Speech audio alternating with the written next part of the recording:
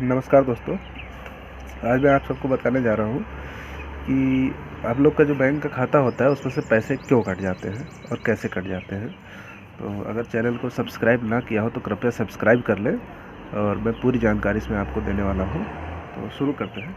तो सबसे पहले मतलब कि ये है कि खाते से पैसा क्यों कटता है। मतलब आपका जो बैंक खाता है उसमें से आप देखते होंगे कि आपको मैसेज आया कि आपके 100 रुपये कट गए, 50 रुपये कट गए, 150 रुपये कट गए, या बहुत सारे रुपए भी लोगों के कट जाते हैं। हज़ार 10-10 हज़ार 20-20 हज़ार रुपये तक कट जाते हैं।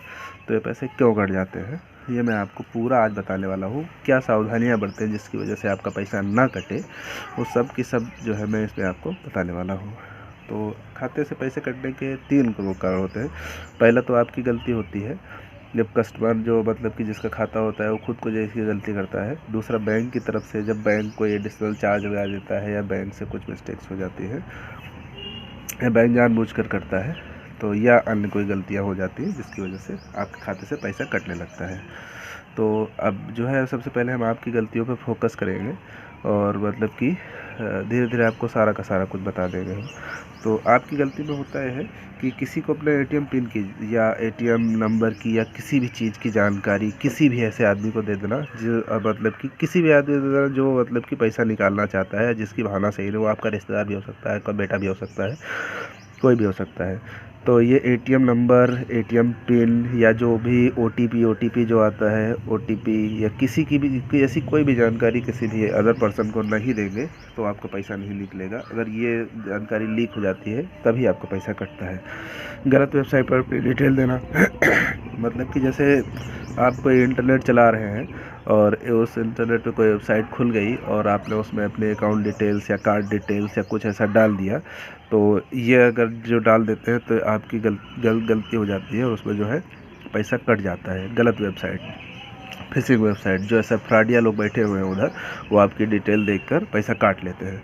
और ये कार्ड डिटेल को ऑटो सेव करके रखना, ओटीपी को ऑटो रीड करना। मतलब कि बहुत बार ये होता है कि हम लोग जैसे अपना फ़ोन पे, गूगल पे, कई सारे ऐसे हैं जिन पे अपनी कार्ड डिटेल्स को भर के रखते हैं और ओटीपी सब कुछ भर के ही रखते हैं।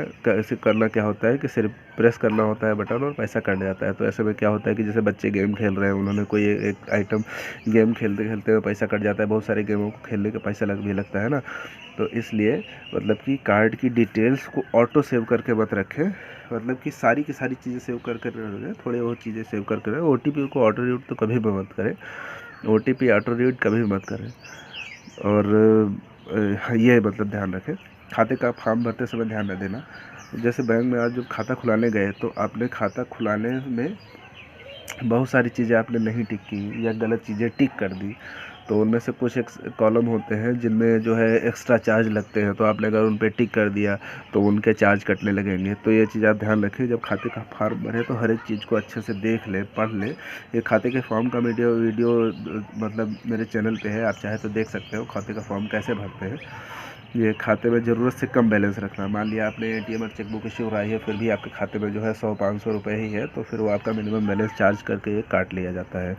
तो अपने खाते में ज़रूरत से कम पैसे मत रखें और अपनी पासबुक या एटीएम किसी अन्य को दे देना। अगर आप अपनी पासबुक या एटीएम किसी और आदमी को दे देंगे तो जाहिर सी बात है कि वो इसका मिसयूज कर सकता है, तो ऐसा भी मत करें।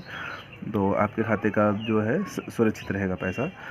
और शॉपिंग मॉल में अनजाने में कहीं भी साइन कर देना। जो शॉपिंग मॉल होता है, कहीं भी विशाल मेगा मार्ट हो गया या कहीं भी बड़े मार्ट में गए या किसी बड़ी दुकान पे ही गए, तो वहाँ पे जो एजेंट्स बैठे रहते हैं, जो फाइनेंस कंपनी वाले होते हैं, छोटे छोटे एजेंट्स बैठे रहते हैं, या क्रेडिट कार्ड देने वाले या किसी भी छोटी छोटी चीज़ों की सर्विस वाले एजेंट्स बैठे रहते हैं।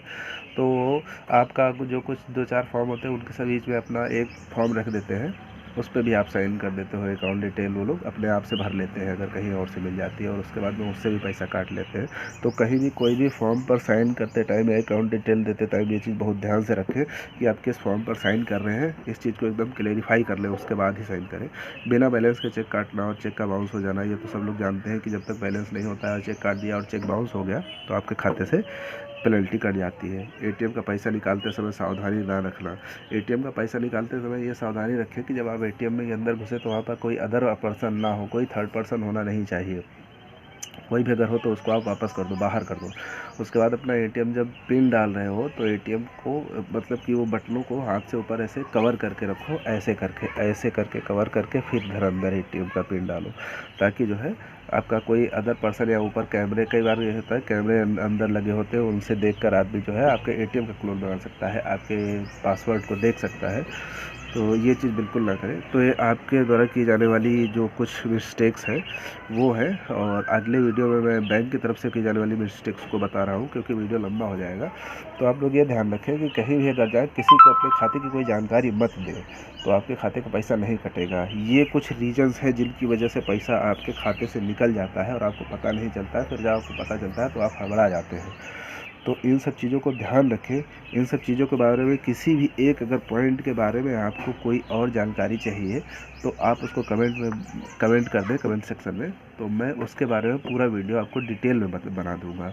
तो अगर वीडियो अच्छा लगा हो तो कृपया सब्सक्राइब कर लें चैनल को, और मैं आपके लिए ऐसी ही अच्छी वीडियो बना के लाता रहूँगा, आपकी जानकारी बढ़ाता रहूँगा।